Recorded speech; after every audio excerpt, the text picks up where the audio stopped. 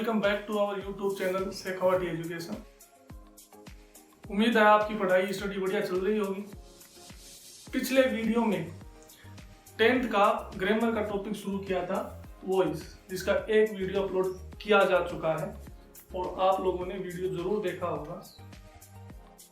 तो उस वीडियो में हमने बात की थी बेसिक कि वॉइस को एक्टिव से पैसिव में चेंज करने की क्या बेसिक रूल्स हैं और जिन रूल्स की मदद से आप एक एक्टिव के सेंटेंस को पैसिव में या पैसिव के सेंटेंस को एक्टिव में चेंज कर सकते हो। एक बार फिर से रिपीट करता हूं तीनों रूल्स और फिर उनकी हेल्प से कुछ एक्सरसाइज अपन यहाँ पे करेंगे, कुछ सेंटेंस चेंज करेंगे। पहला रूल था एक्टिव के ऑब्जेक्ट को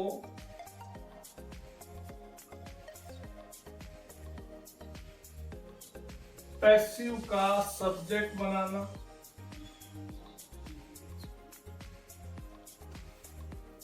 सेकंड रूल था चेंज द वर्ब में बदलाव। और थर्ड रूल था एक्टिव के सब्जेक्ट को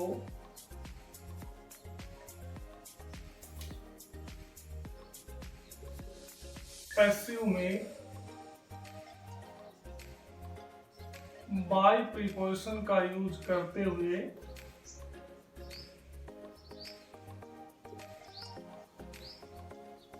ऑब्जेक्ट या एजेंट बनाना। ये तीन सिंपल रूल्स थे। इसमें जो सेकंड रूल है वर्ब में बदलाव, इसकी हमने एक टेबल भी लिखी थी और शायद वो टेबल आपने याद भी की होगी। इसके अंदर एक थोड़ा सा और है, वो है मॉडल्स का, कि यदि कोई एक्टिव के सेंटेंस में हेल्पिंग वर्ब के रूप में किसी मॉडल का यूज किया गया है तो पैसिव में चेंज करते समय उस मॉडल को कैसे अपन चेंज करेंगे। एग्जाम्पल के लिए he can do it, subject अपने पास है, हेल्पिंग वर्ब के रूप में कैन मॉडल है, डू मैन वर्ब है और इट ऑब्जेक्ट है। पहला रूल एक्टिव के ऑब्जेक्ट को पैसिव का subject banana.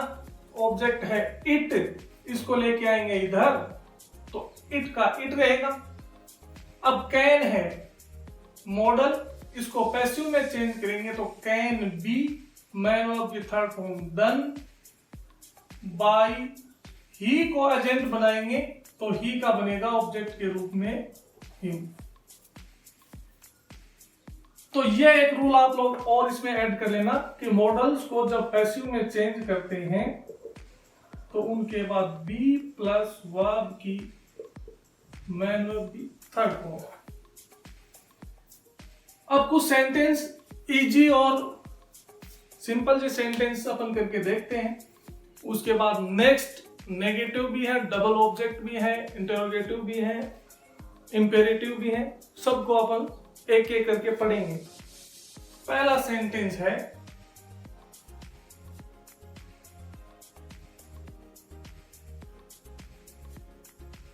The movie board me.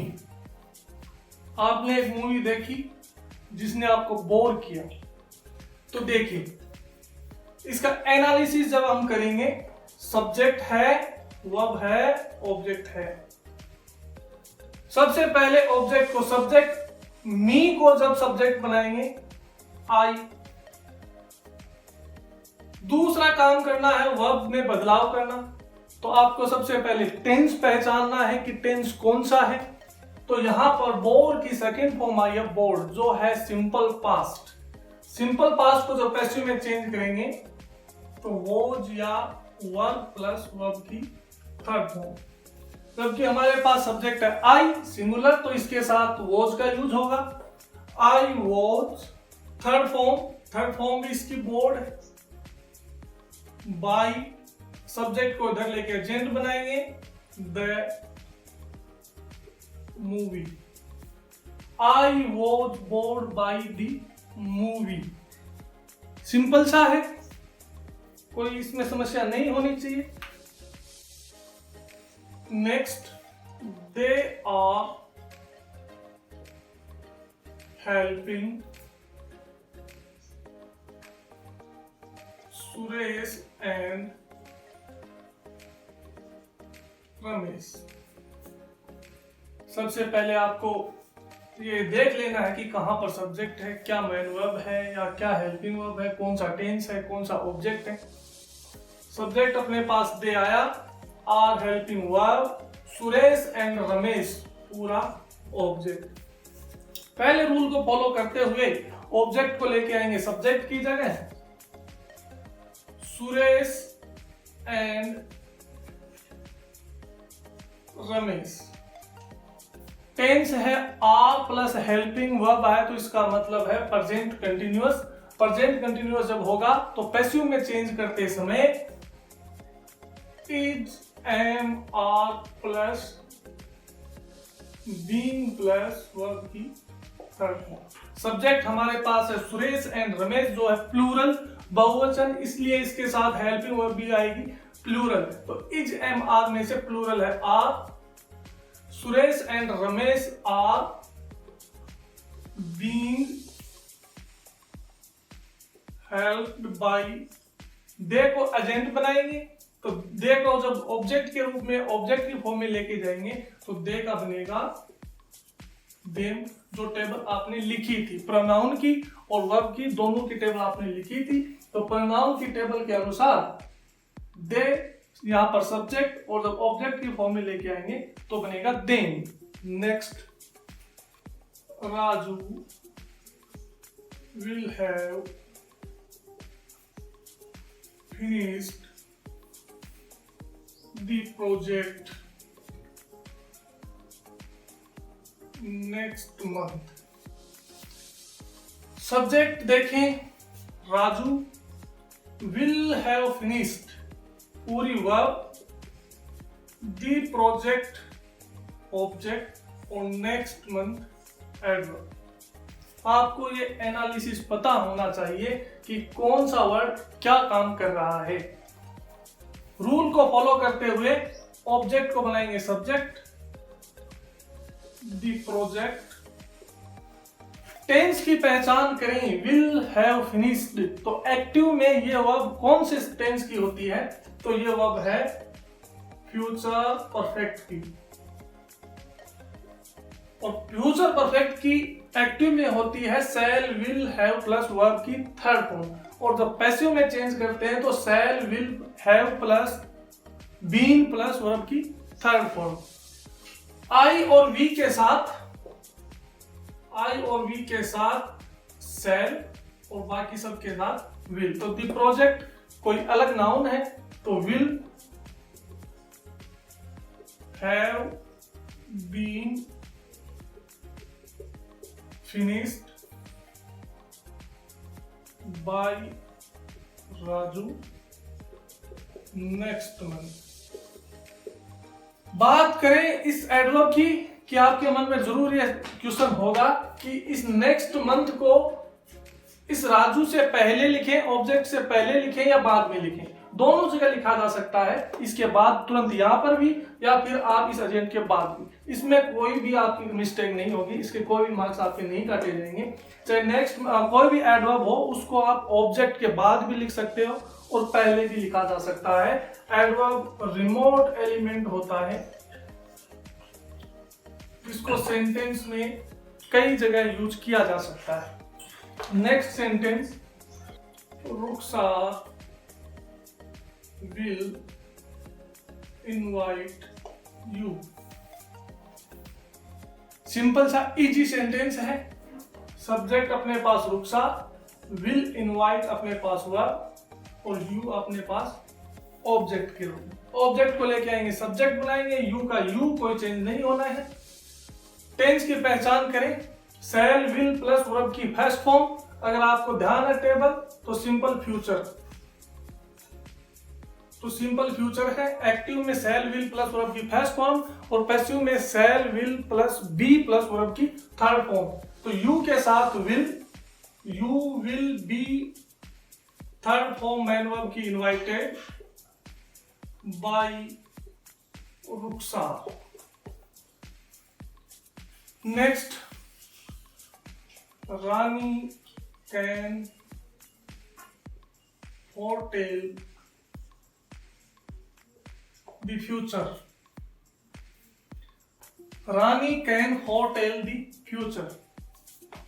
Object है, सब्जेक्ट है और वर्ब भी है। ऑब्जेक्ट को लेके आएंगे सब्जेक्ट, द फ्यूचर। ध्यान से देखें तो कैन मॉडल आया है, और जब मॉडल आता है तो उसका पैसिव बी प्लस वर्ब की third form. The future can be foretold. Foretell मतलब भविष्यवाणी करना, भविष्य बताना। और फोरटेल की जब थर्ड फॉर्म अपन बनाएंगे तो वो होगी foretold by Rani. Rani can foretell the future. The future can be foretold by Rani. Next, the government is spending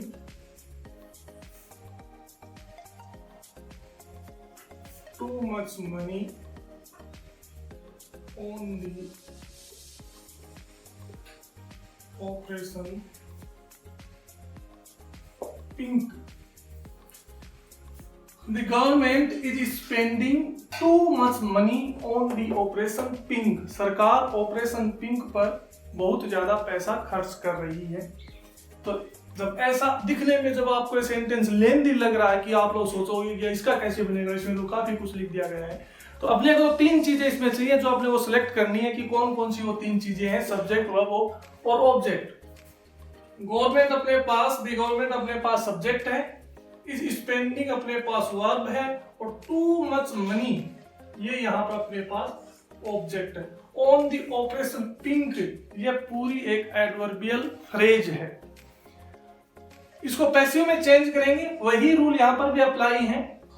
सबसे पहले ऑब्जेक्ट को subject, too much money. Tense देखें, टेंस की पहचान करें, is spending, is am are plus verb की first form plus ING present continuous, और passive में चेंज करेंगे is am are plus being plus verb की थर्ड फॉर्म। तो टू मच मनी सिंगुलर है, is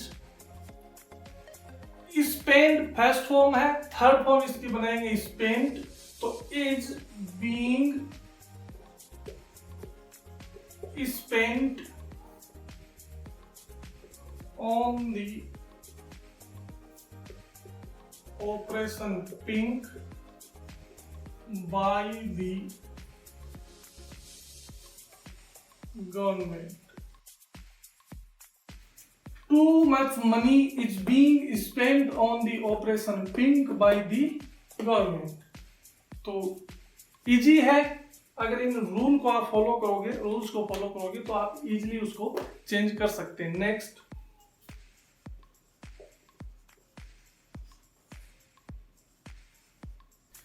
they have built 6 new helipads at Jodhpur. तो देखते हैं कहां पर सब्जेक्ट है, दे सब्जेक्ट है, हैव बिल्ट अपने पास वर्ब है, 6 न्यू हेलीपैड्स अपने पास ऑब्जेक्ट है, और एट जोधपुर एडवर्बियल फ्रेज है। पैसिव में चेंज करेंगे, सबसे पहले ऑब्जेक्ट को सब्जेक्ट बनाना है, 6 न्यू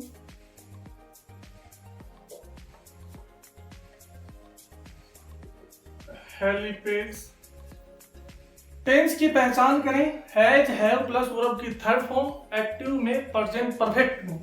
पैसिव में चेंज करेंगे तो has, have plus been plus verb की third form. 6 new helipads, plural अपने पास सब्जेक्ट है, तो अपने को वर्ब हेल्पिंग वर्ब के रूप में हैव, बीन, थर्ड फॉर्म पहले से ही है, हैव के बाद थर्ड फॉर्म पहले से दी हुई है, built 6 new helipads have been built at Jodhpur by दें। कोई ज्यादा मुश्किल नहीं है। Practice makes a man perfect.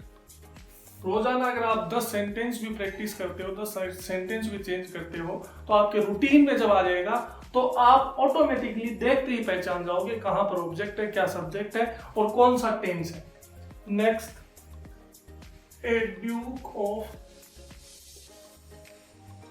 16th century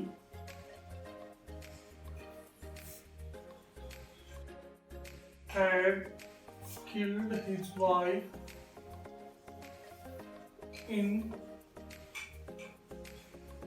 his room. A duke of 16th century had killed his wife in his room. Duke राजा को बोला जाता है। 16वीं शताब्दी के एक ड्यूक ने अपनी पत्नी को अपने कमरे में मार डाला था।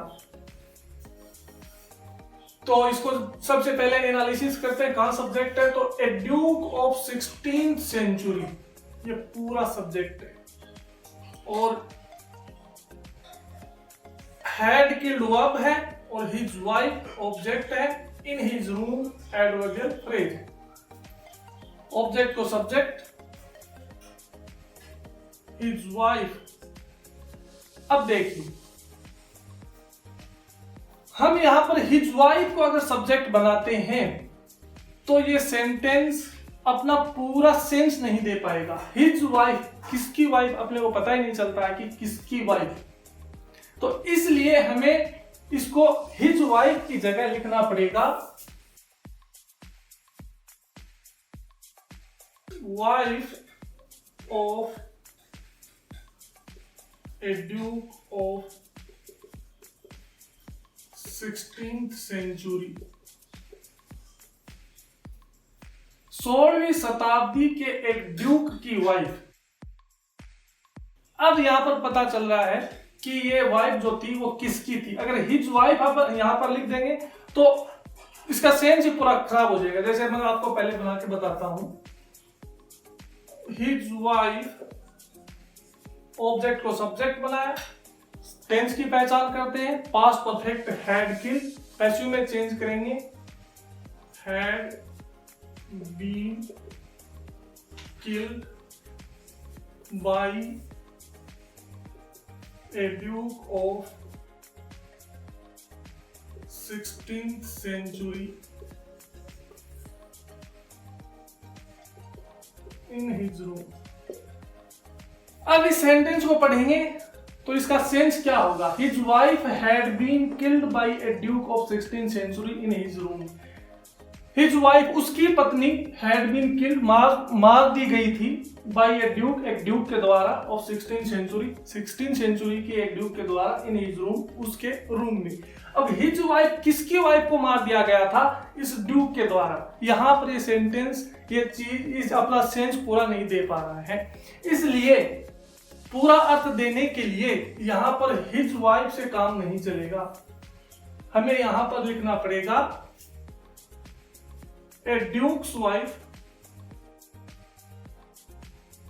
या wife of a duke of 16th century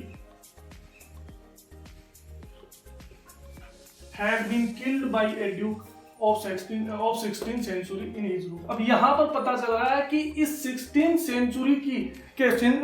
century के ड्यूक की वाइफ को ही इस ड्यूक के द्वारा मार दिया गया था। इसको क्लियर करने के लिए एक और सेंटेंस मैं लिख के बताता हूं। Ramesh told his name. Ramesh ने अपना नाम बताया था। अब देखो, सब्जेक्ट वर्ब ऑब्जेक्ट को सब्जेक्ट बनाएंगे। His name was told by Ramesh.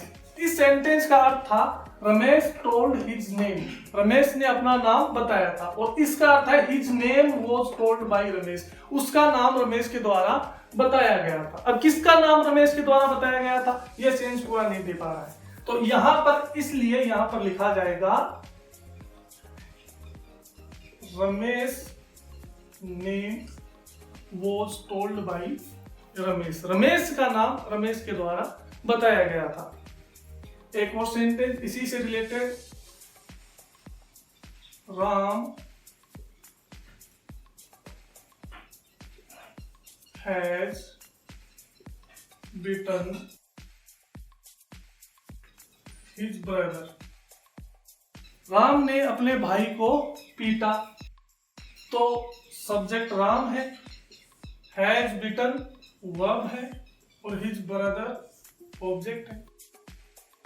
वही है हिज ब्रदर को अगर अपन बताएंगे सब्जेक्ट के रूप में, his brother has been beaten by Ram. Active में इसका सेंस था कि राम ने अपने भाई को पीटा।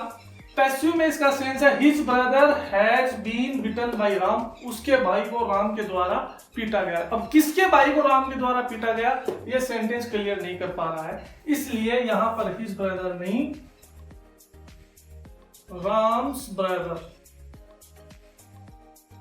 Has been beaten by Ram, ऐसे भी लिख सकते हैं, ब्रदर ऑफ राम। ये जेनिटिव केस है ऑफ अपोस्ट्रोफी और अपोस्ट्रोफी एस।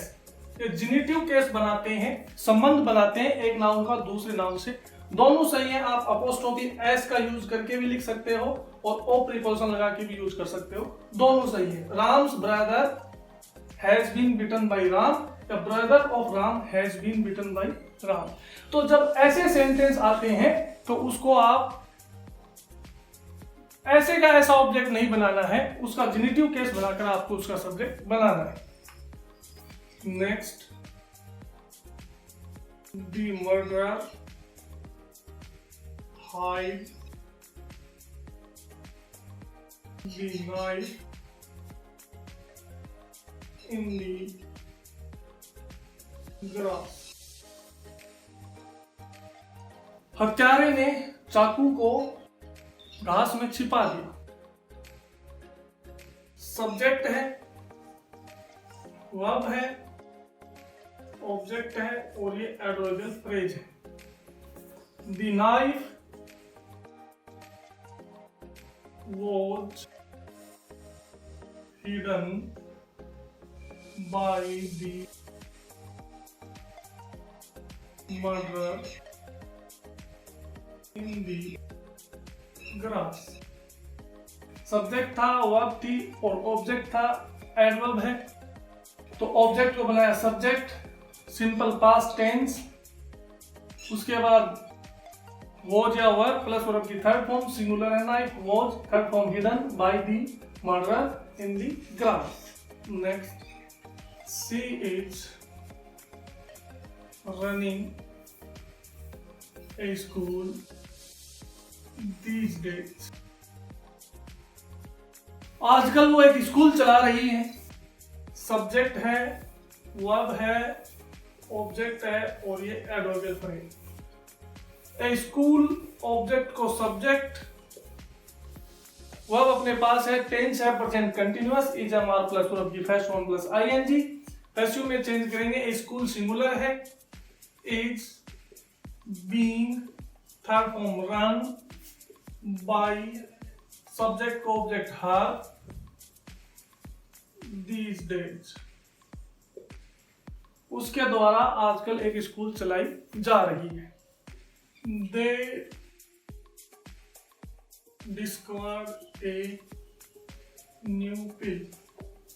उन्होंने एक नई पिल का, एक टेबलेट का आविष्कार किया है, खोजा है।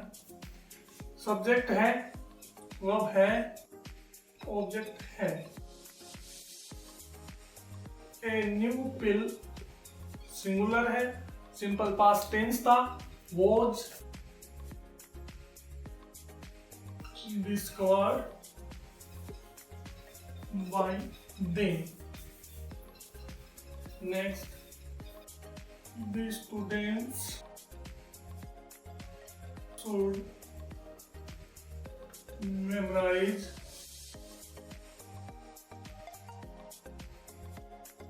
English verbs. The students should memorize English verbs. छात्रों को, स्टूडेंट्स को इंग्लिश की वर्ब्स को याद करना चाहिए। सब्जेक्ट अपने पास है, शुड मेमोराइज अपने पास वर्ब है और इंग्लिश वर्ब्स अपने पास ऑब्जेक्ट है। रूल्स को फॉलो करते हुए पहला रूल इंग्लिश वर्ब्स। अब यहाँ पर आप देखोगे तो हेल्पिंग वर्ब के रूप में आया अपने पास शुड, जो है एक मॉडल, और मॉडल को जब पैसिव में चेंज करेंगे तो बी प्लस वर्ब की third form. English verbs should be memorized by the students. So students, आज हमने लगभग सारे टेंस से रिलेटेड कुछ सिंपल और इजी अपने एग्जाम्पल सोल्व किए हैं। इसके बाद जो नेक्स्ट स्टेप आएगा वो है डबल ऑब्जेक्ट वाला, उसके बाद नेगेटिव, उसके बाद इंट्रोगेटिव और उसके बाद लास्ट में अपन पढ़ेंगे इंपेरेटिव। तो उम्मीद करता हूं आप लोगों को समझ में आ रहा होगा। बाकी आप लोग लगातार चैनल पर बने रहें, वीडियो को देखते रहें और अपनी पढ़ाई को कंटिन्यू करते रहिए। Stay home, stay safe. Thanks.